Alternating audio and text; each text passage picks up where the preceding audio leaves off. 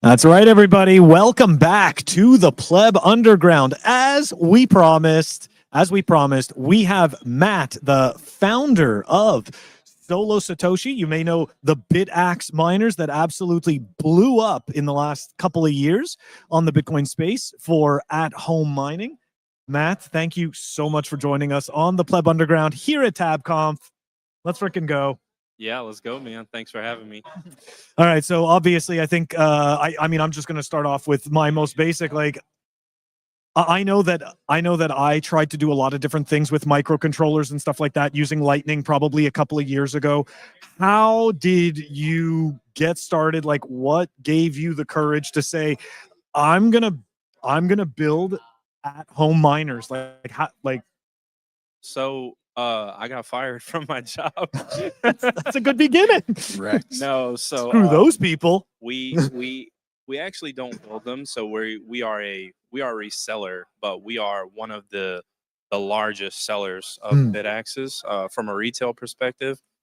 And the space has really grown so much, and it really evolved from us wanting to be miners, but Interesting. being kind of locked out of the market because the miners of today are so huge, loud, hot. They're just not feasible to run at home. So we just kind of came across the BitX project. There's a long story behind it, but yeah, we retail and we get people mining at home, and educate them on doing so. I gotta say, the first time I ever saw your posts, and I saw that tiny little miner, I think it was the 201.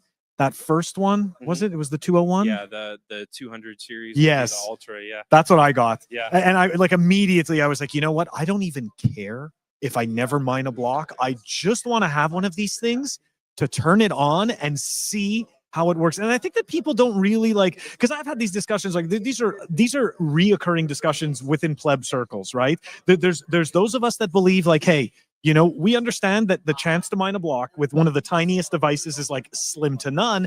However, okay, there's a learning aspect to it, and there's a kind of like a confidence building aspect to it. So I guess how did you pick that particular platform to start off with? Like just this tiny little, it's like a single chip, isn't it? Yeah, so I mean, well, kind of like you said, it's not intimidating, right? When you look at a large miner or a traditional miner that you kind of think of today, it's heavy, hot, and loud. It's very intimidating. You only see these in places that are running thousands of them, and they're run by large corporations. Oh yeah. People with a lot of money and resources, and a lot of just people at our individual level don't have access to that sort of capital or cheap energy or infrastructure to put those devices in.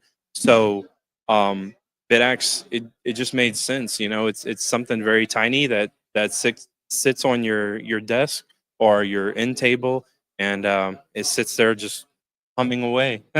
It's really user friendly.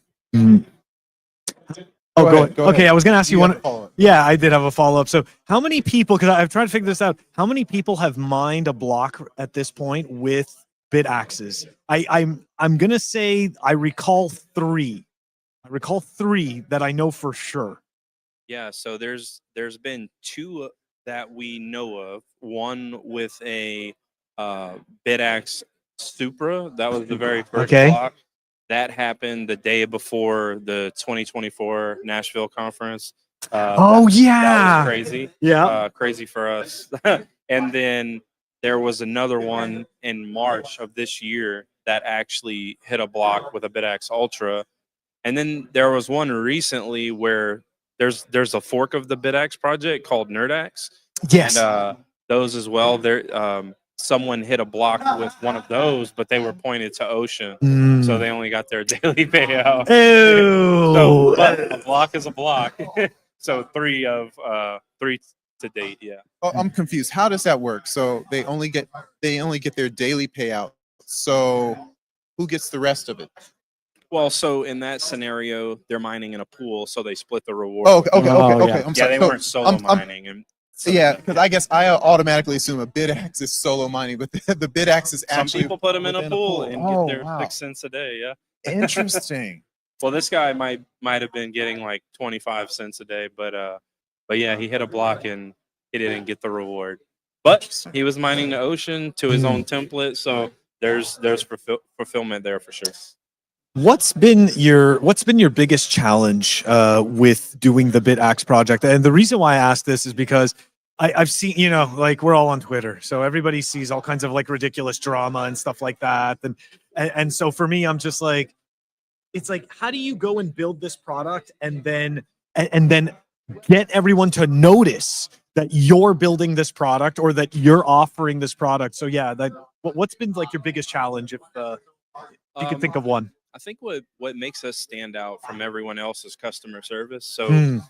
we are selling Bitcoin miners to people who have never mined Bitcoin before. And with that Yeah. comes a bunch of things, they've never done it before. So you have to approach them from an educational standpoint and teach them how to set it up. And that leads down many rabbit holes. A lot of people, they immediately go out and buy a hardware wallet and a node shortly thereafter. But the hardest part is educating people and getting them through the setup process and getting the customer to understand, the process of mining and also letting them understand or getting them to understand that they're contributing to the Bitcoin network as a whole, even though their hash rate is such a tiny fraction of the overall network hash rate. Now, Very interesting. I want to take a segue on the overall network hash rate because there's a future case where miners become integrated into everyday house appliances.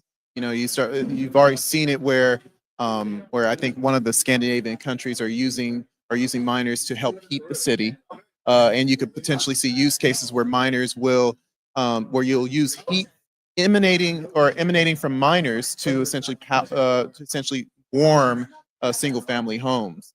Now, what needs to happen, or what's the hash rate required for all of these solo miners, these fun mine? I mean, what do we classify these? Do we classify these as a project miners? Like, what do you call A home miner. a home miner? We have home miner. Home miner. I think home miner has been coined a really good term. It's universal. Everyone has a home. Home's where you make it. So as long as you have some hash rate in your home, I'd like to refer to it as a home miner. Right on. I think it's very soothing. So when does the home miner network become a competitive use case to the corporate miners, where hey, maybe a big giant pool like Foundry, or when Ocean becomes big, we'll get it. Brains, we'll find a block. But hey, there's a lot of solo miners out there because everyone's on this Bitcoin standard. What needs to happen for that, for I guess the network to become, hey, 50%, 40% of the time, someone discovers a block and they're just a solo miner at home using a BitAxe, using a NerdAxe, using a solo miner to heat their home? What needs to happen? That's a big giant future question. Yeah, I think that personally, there's no target percentage. It's just trying to see how far we can take this thing. And even at 0% of the network hash rate currently, with all the home miners running, I think that every block that's found holds a significant impact, and it is a definite shot to the bigger guys. I mean, statistically speaking, or from a revenue perspective, any block that's ripped away from someone like Foundry is directly hurting them. So I don't know that there's necessarily a percentage or a target percentage in mind, but I think with more use cases, and especially in the home heating application space, I think there's a huge potential for the home mining hash rate to to be a large part of the overall network hash rate. Now, what does that actually look like? If we start talking about tying miners into every home appliance, that could double the network hash rate. We can exponentially increase the network hash rate, but right now it's a grassroots movement. It's putting something on someone's desktop and getting them to ask the question, okay, now where can I put hash rate at that makes sense? And I think we go into this sort of home heating or heat pump movement, you could call it. I think we go into that over time. That space is definitely still an embryo right now. It makes Mhm. sense to a lot of people though. It's going to catch traction, and I think when it does, it's going to catch traction really fast. But someone has to start somewhere, and I think they're going to start with a single chip BitAxe first, Hmm. and that's where we stand at right now for sure. Now I want to ask one more follow up before I give it back to Phil. But what is the smallest form, or what is the smallest power source that can be that in a normal everyday scenario for potential users that can power these miners? And what I'm alluding to, can a car power these miners? And when you turn the car on, and then the miner starts hashing, and if that's the case, then you start looking at, can every car running out there potentially have a Bitcoin miner with a chance of, while you're driving to work, you have a chance to mine a block? Is that possible right now for a car to power one of these BitAxes? Yeah, so it is actually totally possible. I have a YouTube video from early on in my journey where I plugged an inverter into my work truck, and I would literally have a BitAxe hashing while I would drive on long drives to West Texas, like 8 to 10 hours. So I mean, all you really need is you know, power and Wi-Fi, and you're good to go. And That's it 60 blocks. yeah, it absorbs only 18 watts of power, so Yeah. it's literally nothing. It's like a little bit more than maybe a cell phone charger or something. Crazy. Hardly anything. Yeah. Crazy. And so I think that's the interesting part about the about Bitcoin from a future perspective, is that you have these tools that can be, we don't even know how it can be integrated in our everyday life, and we can be a part of the new central bank decentralized. It's really crazy. Like, we own the monetary policy, we own the monetary creation. It's something that's never been seen before in the world, and it's just a matter of how ingenious us Bitcoiners can come up with how to make this system work. Yeah, no, very good point. I'm just wondering though, what you get a lot of feedback from people in the community. I use that word community very loosely, but in the Bitcoin space, you get a lot of feedback, and how do you incorporate that feedback? Yeah. So BitAxe is a fully open source Bitcoin miner. So it's community driven. It's a community driven project. So the feedback from the community is critical to the entire project. And I think that what we've gotten used to is that innovation stales out when it is subject to only a round table of people that work for one corporation. You see this with Apple. They've released the same iPhone Over and 18 over again. times, man. It's like, it's ridiculous. And it may not be exponential leaps in improvement, but even if it's just a little toggle, or hey, I want to see the price of Bitcoin on my miner screen, or something, like the community suggestions and improvement that is done in just a minuscule amount of time outweighs what larger tech firms can do over years of innovation. And it happens so much faster as well. Community feedback is what keeps the project going. And with open source, it's every reason why it's successful. Yeah, I think that it's interesting that you say that, because having worked in one of those giant corporate structures with engineering and creating complex hardware products, Yeah, I can tell you that it's the boat turns very slowly. So it does. I know that a lot of times the engineers would always want to go directly out to the customers that were going to use the majority of the hardware, because it's like, hey, I want to ask these guys what they think, because by the time, if we wait, by the time we get their complaints about the product, or something they'd like to change, it's already taken too long. Somebody else may have already fixed those issues long before. So okay, I was looking at at your booth. You've got all these nice BitAxes. I'm still debating whether to get one or not, even though I already have 2 of them. But what's coming down the future in the pipeline? Like the most recent one that you showed me, how many chips does that have on it? Is it the Q++? Yeah, so the best miner that we sell currently for your desktop would be a Nerd QX++. Mhm. And that one is going to have 4 ASIC chips in it, and that is the BM1370 ASIC chip. So if you've seen the BitAxe Gamma, basically it has 4 of those chips on one board. So it's going to offer 4 times the hash rate of the BitAxe Gamma, and it still fits into that perfect small little form factor that can fit on your desktop. Very nice. Very nice. I'm looking at these BitAxes I'm on your product site right now, SoloSatoshi. So all of these are BitAxes, and you are kind of the vendor front for BitAxe. Is that correct? So again, How does that work? BitAxe is an open source project, so anyone can build them, manufacture them, distribute them, contribute to the project. It seemed like we happened to be the loudest voice at the right time. And so we immediately got that brand recognition, and BitAxe obviously has tied to our brand a lot.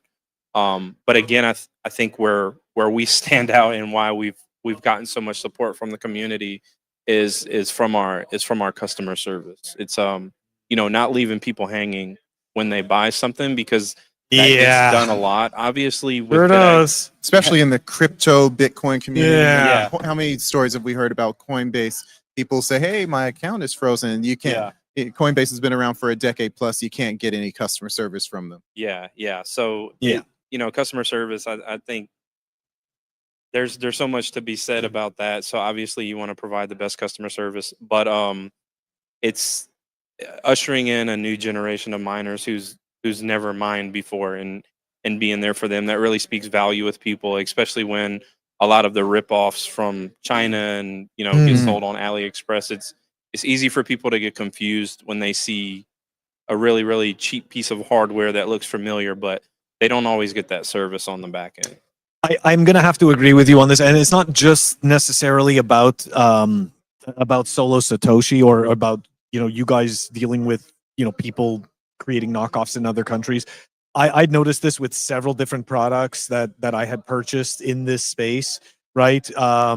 Where it's fantastic that people want to produce these products, right? But like, for whatever reason, and I've seen this even in mainstream, the cost to support the product, for some reason, it's like it never ends up in the process, right? So it's like we'll sit there and we'll be like, okay, we've got marketing, we've got the product itself, we've got the accessories for the product, but yet the support just goes right out the window. Operations and support. Yeah, like support's just like, it's like an afterthought, because hey, and it's not you guys, but I'm just saying what I've seen, right? Is, hey, we've got your money. That's it. You've got the product.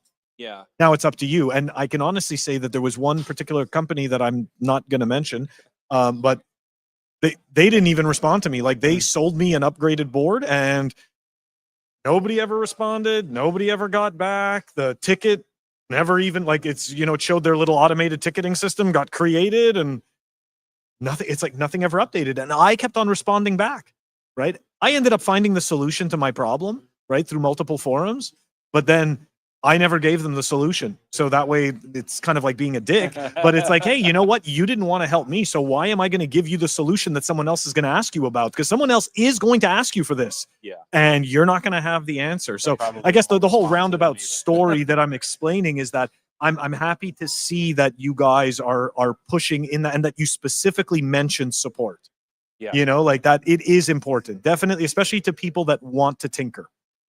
It's a huge element to our business model. It's absolutely going to be the biggest expense because there is no way to account for it. But it's something hard that needs to be done, and that's where, you know, whoever does those types of things first or will lead in this space. And you know, I believe that's why you see us as leaders, because we're willing to take that next step to make sure that people have everything they need. And it even comes down, you know, no piece of hardware is perfect. They might have a failure too. Right. And how fast they get support on those things actually matter. It really dictates what the customer is going to do next.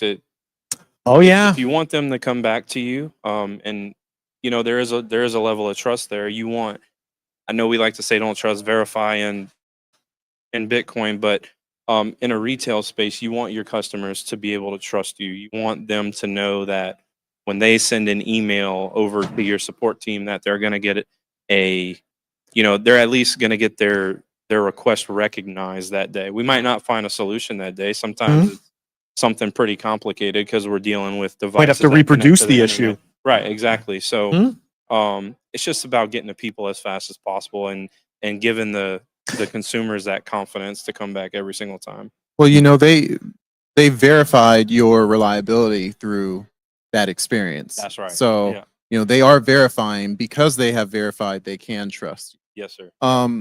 And so you have shipped over 15,000 devices worldwide, according to your website. Tell me some of the most wild, far out places that you've had to deliver a BitAxe. Oh man, I think we've probably delivered to almost 100 countries now.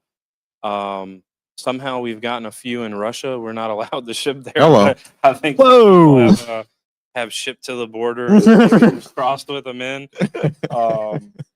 Yeah, I mean, we ship to the middle of nowhere parts of the world, little islands that we don't know exist until we see it on an order, and we're like, "Where the heck is this place at?" You know? Crazy. But yeah, we've touched a lot of countries, man, and that's what's amazing about open source is that it's a worldwide movement. You know, the project doesn't sleep. Open source innovation doesn't sleep. And we actually started out of the gate shipping worldwide, which is one of the hardest things to do. Some of those customs agents just don't have good days. No, So, no, they don't. Yeah. Oh, sorry. Go ahead. No, I You mean, got a follow-up? I think the follow-up statement is that this is an example of a small company servicing worldwide, and it's another example of how Bitcoin is truly a worldwide phenomenon, a worldwide product, service, network. And, you know, we oftentimes get caught up in, you know, President Trump controls the Bitcoin price. You know, the Fed Reserve controls the price. I tell you, I know several banking bros who say, "Oh, the Fed just controls the price." You know, and it's For like sure. we are at this conference, How? this Tab conference, where we're learning about what gives Bitcoin its actual value.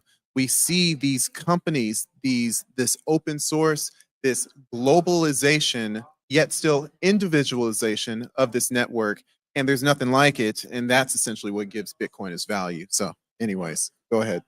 Yeah, I was just because I'm still stuck on the whole support thing because that's my background. Yeah. So I'm just wondering what can you share with us is the what's the most common type of type of support question that you get? Because I know when I set it up, I had no issues at all. I think the only thing that and I had to ask this other guy, Jay, this fellow Bitcoiner, he has a whole bunch of, I actually got it because of him. I saw his BitAxe and I was like, oh, damn, I need to get one of these things. It's super cool. But anyways, the whole thing is, the only setting I had to deal with was that there's a setting, I believe, for core voltage, like the core voltage of the element. And that I had to, based on my power supply, I had to mess with that. Because otherwise it just like it would start to hash and then it would just drop to zero. But it was just me. It had to do with the input voltage I was feeding it. So that was my only thing that I ran into. can you share any of the like what the most common thing is that people run into? And again, it doesn't have to be a problem. It can just be like, you know, an experience that they have, you know? Yeah, with just with distributing so many in a short amount of time, as you can imagine, the spectrum of inquiries goes from, hey, I forgot my Wi-Fi password to hey, I have this router issue, you know. No. So there are particular routers out there, just to throw a name out there, have certain, under the bus. They have certain toggles that prevent the miner from connecting to the internet, and that one throws people for a loop. So we definitely had to create some FAQs. It's a default toggle that you have to go in manually and switch off in the router. Yeah, you'll have to access your router. It's called AI protection.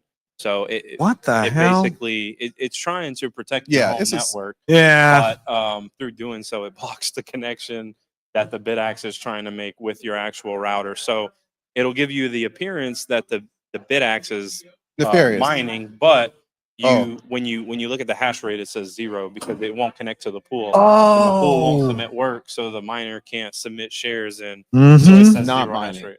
No. Wow. But it flashes and everything, and it'll start rolling through the screens like it's set up in mining. But if you don't pay attention, it's not. Have you ever gotten the call or the email? I just got this device. Now what do I do?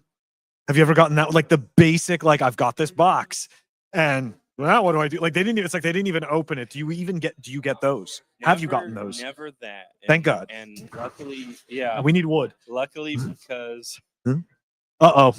Luckily, because we do a pretty good job at making our guides as well. So we want to try to make it as plug and play as possible. So obviously we tried to make some really good guides to get people up in mining.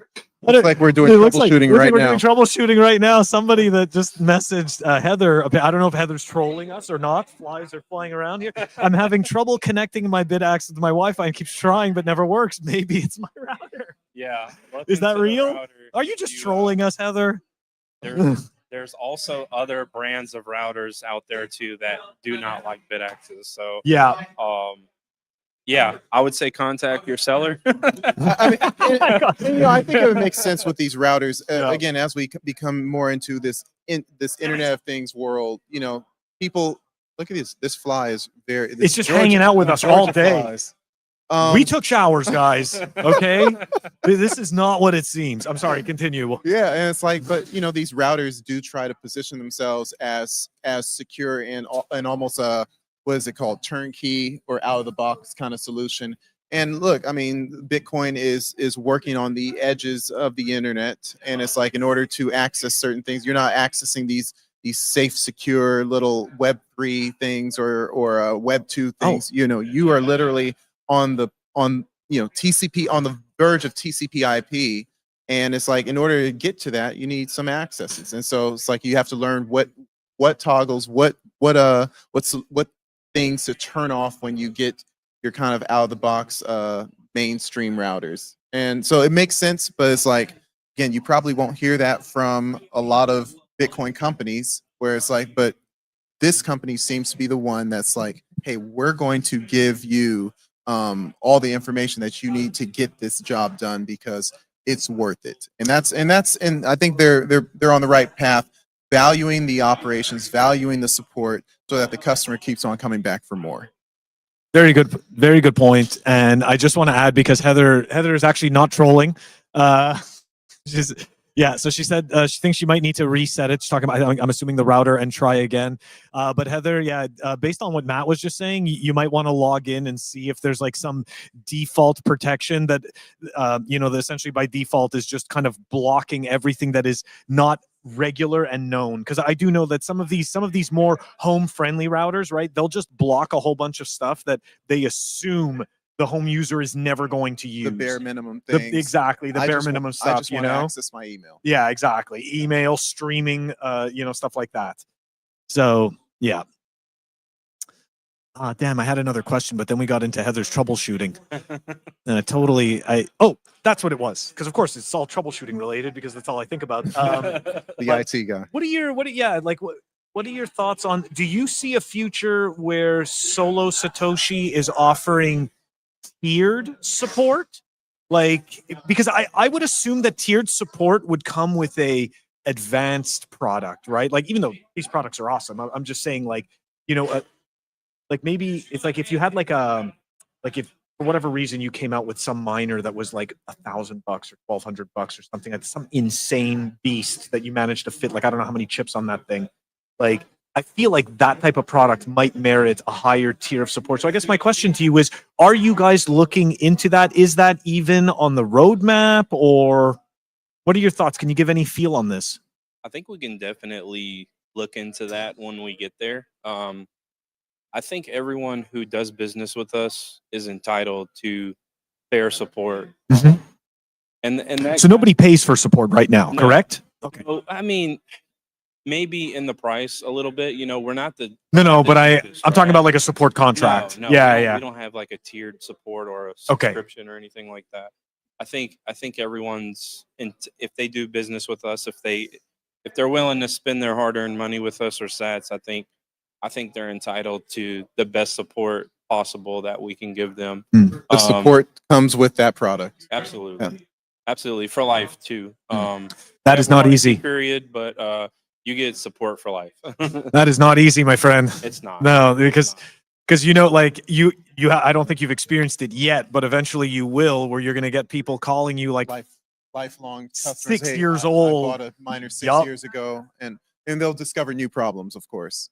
I worked for a company where the slogan was "No hardware left behind," and let me tell you, man, I was troubleshooting stuff that was in the field before I was even born. So like, and I'm in my 40s, right? So I was troubleshooting this ancient electronics. Okay, and it's like, yeah, well, your company said no hardware left behind, so just a heads up on that one. It totally sounds good, and to me as a customer, it makes me feel great. Right? Like, it makes me feel supported. It's just the implications of lifetime support are, yeah. And Yeah. operations and support is the biggest cost driver for any Yeah. product. Based on my own industry, people who are watching that know where I work.